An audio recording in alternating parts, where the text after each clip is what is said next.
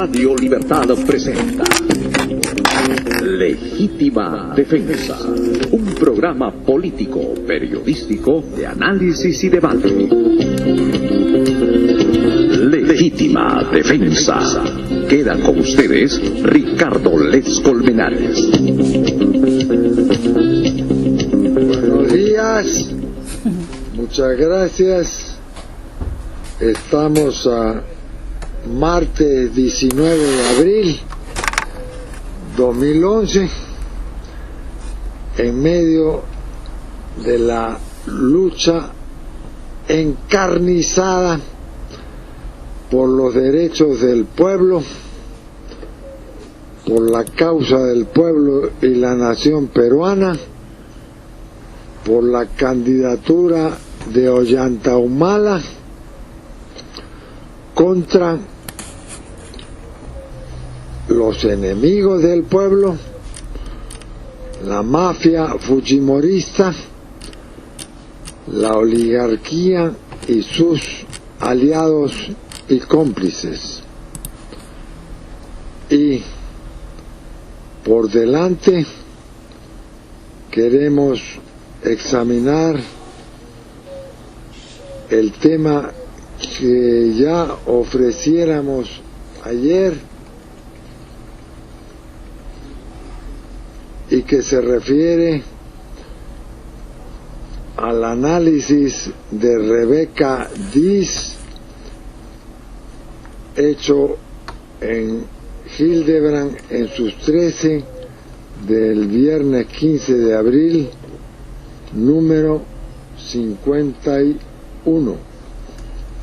Hay un análisis sobre la organización criminal de Fujimori, pero hay sobre todo el análisis de Rebeca Diz, que dice lo siguiente: vale la pena, tomen nota, recuerden que esto es una escuela, es la escuela en legítima defensa.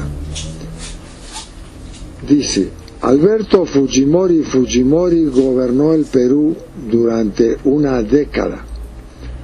Hoy cumple 2 sentencias en la DIROES, 25 años por crímenes de lesa humanidad y 8 por corrupción. La primera condena se emitió tras 17 meses de juicio oral. Documentos, testigos y víctimas dieron cuenta en audiencia pública de cómo el ex jefe supremo del Estado hilvanó una red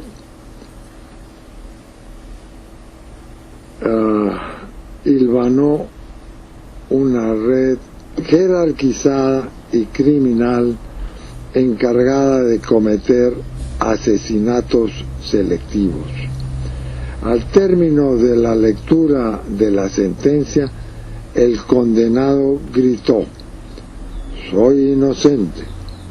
9 meses más tarde, el Tribunal Constitucional confirmó la sentencia. Un mes más tarde, el grito de "soy inocente" fue sustituido por un susurro cuando se declaró culpable de los delitos de peculado, delito contra la administración pública, y cohecho, corrupción de funcionarios, y cuando aceptó que había atentado contra la libertad de las comunicaciones, chuponeo. Su hija Keiko Fujimori justificó la decisión de su padre alegando que Alberto nunca tendría un juicio justo en el Perú. Pero la verdadera razón de Alberto de allanarse a un juicio rápido, aceptando todos los cargos, fue evitar que se conociese públicamente cómo durante 10 años el expresidente tejió una organización delictiva que se extendió por todas las instituciones del Estado y cuya principal finalidad fue el saqueo de las arcas públicas.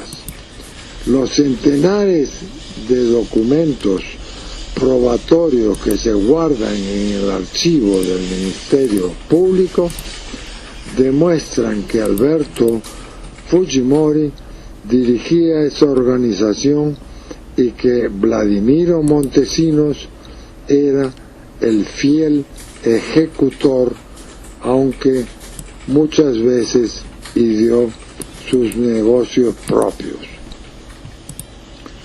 Y que, para obtener lo que se habían fijado como metas, utilizaron una larga lista de operadores formada por ministros, jueces, fiscales generales, contadores, ministros, secretarios, edecanes, empresarios privados y todos los etcéteras imaginables.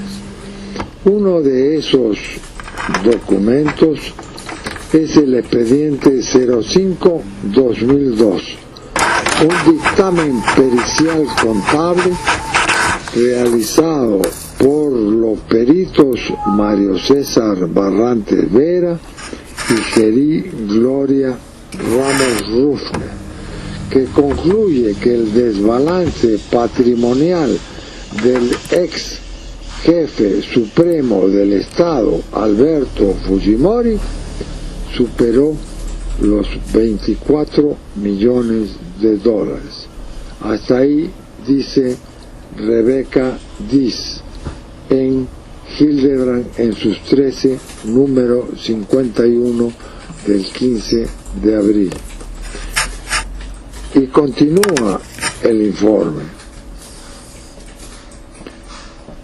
El informe mencionado 05-2002 incluye entrevistas a los exministros de Economía, a los jefes de la Casa Militar, a Susana Iguchi, a Keiko Fujimori y al propio Vladimiro Montesinos.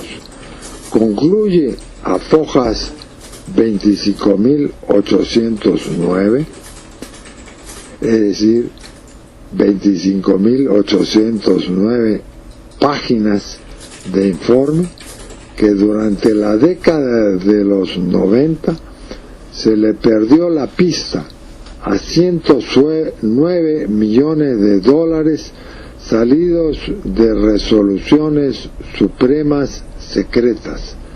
Tampoco se sabe dónde están 38 millones de dólares de rendiciones de cuentas o dónde fueron a parar 62.960.000 dólares que figuran como egresos en actas que luego se incineraron.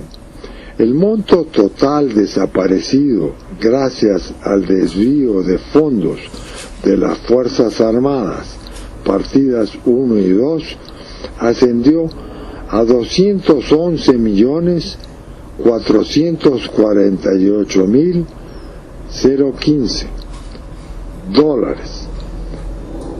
El trabajo para instalar la corrupción en el Estado peruano comenzó unas semanas antes de la juramentación. Prueba de ello es que el general Julio Salazar Monroy fue contactado las primeras semanas de julio y nombrado jefe del CIN en diciembre del 90. Un año después, y tras una rigurosa selección llevada a cabo por Vladimiro Montesinos con el visto bueno de Alberto Fujimori, los flamantes comandantes generales del Ejército, Fuerza Aérea y Marina de Guerra aceptaron desviar 85% de los fondos de las Fuerzas Armadas al Servicio de Inteligencia Nacional, SIN. Al respecto, el Svan Bello, ex comandante general de la FAP, confesó ante un juez: fue Alberto Fujimori quien ordenó el desvío de los fondos de las Fuerzas Armadas. El monto de las transferencias varió. Empezamos con $150,000 y a pocos meses de las elecciones se llegó a enviar $1 millón mensuales. Esa admisión se produjo el 30 de marzo del 2004 en la Sala Penal Especial Anticorrupción y consta en el expediente respectivo. Así se armó la caja multimillonaria de la que hicieron uso Fujimori y Montesinos durante 10 años. El dinero llegaba al SIN en efectivo y se distribuía en dos grupos, partida 1 y partida 2, la caja chica y la caja grande. La chica tenía un presupuesto mensual aproximado de $600,000. Se utilizó, entre otras cosas, para pagar sobresueldos clandestinos a funcionarios al servicio del régimen. En este rubro aparecen la fiscal de la Nación, Blancanélida Colán, los congresistas tránsfugas, vocales supremos y superiores, y hasta autoridades del Jurado Nacional de Elecciones. Aquí una breve interrupción para decir: por eso con razón el pueblo coreaba ante el Jurado Nacional de Elecciones el 28 de julio del año 2000, cuando Fujimori intentaba juramentar para repetir el plato, y la primera dama que lo acompañaba era Keiko Sofía Fujimori, su hija, y el pueblo